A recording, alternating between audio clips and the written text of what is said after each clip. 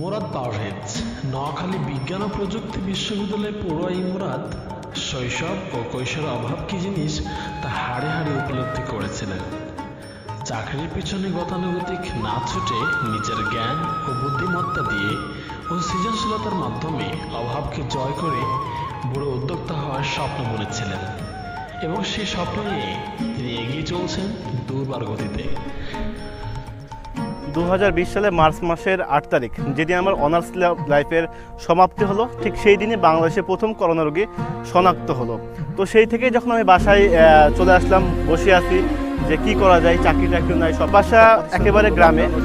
আমি ছোট থেকে গ্রামে বড় হয়েছি। তো আমার আশেপাশে প্রচুর, বাড়ির আশেপাশে প্রচুর খেজুরের গাছ, বাজারে শীতকালে প্রচুর আপনার খেজুরের গুড়ের চাহিদাও আছে।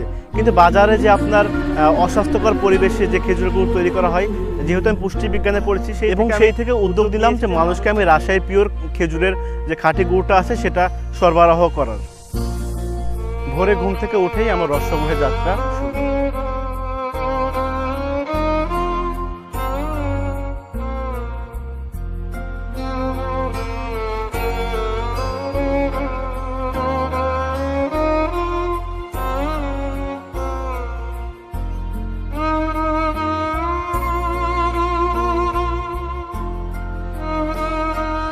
সরাসরি লাইভে এসে দর্শককে দেখানো।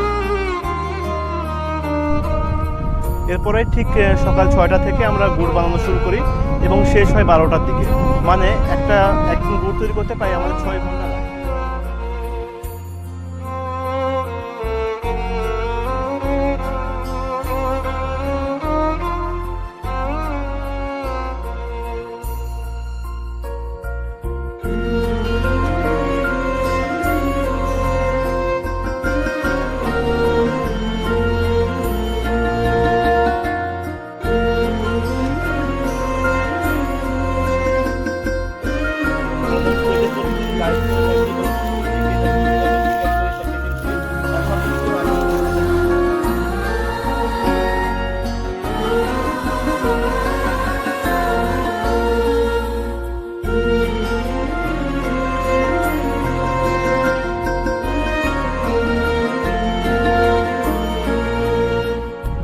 গুড় বানানো শেষে সেই দুপুর 1টা থেকে শুরু করি আমি প্যাকেজিংয়ের কাজ।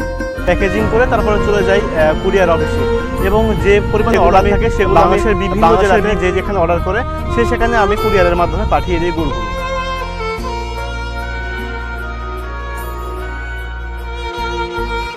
গত 18 মাসে অনলাইনে প্রায় 3000 ক্রেতার নিকট বিক্রি করেছেন 50 লাখ টাকার আম, মাটির তৈজসপত্র, গবাদি পশু আর খেজুরের গুড়।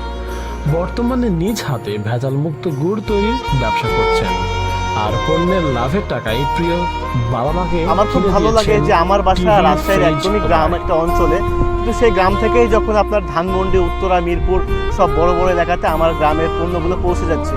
এবং সবচেয়ে আমার জীবনের ভালো লাগে কাজ করে যখন আমি আমার মা বাবা আমার প্রতি স্যাটিসফাইড, এবং এটাই আমার জীবনের সবচেয়ে বড় প্রাপ্তি যে আমার বাবা মা আমার প্রতি খুব খুশি।